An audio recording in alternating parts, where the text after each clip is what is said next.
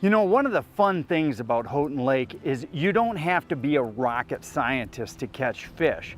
You know, so many places you've got to really be a talented fisherman. Here, it didn't matter if you put on a Salmo Hornet or a Rapala number 5 or a Hottentot 1/4 ounce. It didn't seem to matter at all. No matter what bait we put on while we were trolling, we had fish. We caught fish on every single bait. We were dragging bottom bouncers at the same time we were dragging our crankbaits, and all of the lures in the water caught fish, which really speaks to the sheer population and the numbers of fish that are present in this system. Show that one off, John. Wow. Well, that's the great thing about largemouth and smallmouth too. As anybody knows, they're one of the best fighting fish pound for pound. And when you get a fish that jumps out of the water and you get that type of action, it brings a smile to my face every time. Absolutely.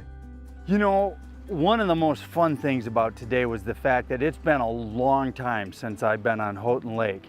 You know, Houghton Lake is one of those lakes that is absolutely central to the fishing history of the state of Michigan.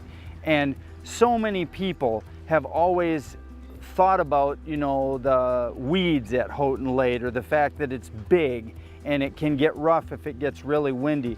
But what you really have to really grasp about Houghton Lake now is the sheer amazing amount of fish that are back and present in Houghton Lake. This is a fish factory. This lake is just, are you kidding? Are you kidding me? I mean, we can't go 100 yards without catching something worth catching. And this fish here is worth catching. Wow.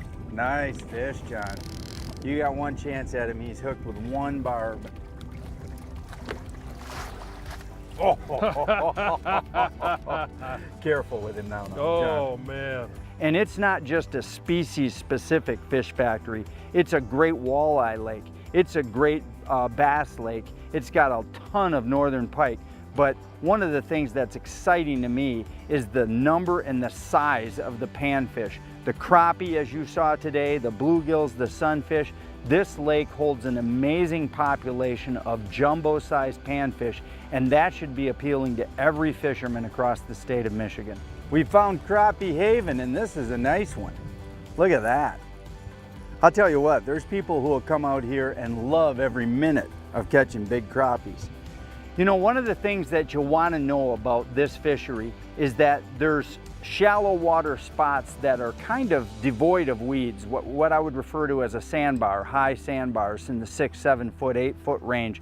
And then where those sandbars drop off, that's where most of the weeds are concentrated, from the top of the roll to the bottom of the roll. When you get outside those sandbars after it breaks and finishes its break, it seems to clean up again. Now the fish will concentrate themselves in those weeds that are at the top of the roll to the bottom of the roll. So what the real trick to Houghton Lake is finding that edge and staying just either to the inside, to the shallow side of the weeds, or getting on the deep side of the weeds. To try to fish right in the weeds is next to impossible. They just get to be too prevalent and too many of them, and you're just fouling your bait up all the time. What really you need to do is just find that clean edge. And then once you make a pass and you have some success, as you catch fish, you can punch your GPS coordinates, and what you'll find is there's little schools of fish that are working areas, and these sandbars will run for miles sometimes. And once you make a pass through, you can say, okay, go back and fish this little area. And then you can skip over and go back and fish the area. But the other thing is also, don't forget, is these fish will move. Fish have tails, they swim. So I typically just make long passes on the shallow side first. I always try the shallow side. If you're not catching fish, then you go to the deep side. It just seems like the progression of active fish always has them on the shallow side of the roll. Again, later in the day, midday, late afternoon, sure, you can go out to that deep side, drop your baits down, and have good success catching those fish that are down laying close to the bottom once they're done their primary feeding for the day.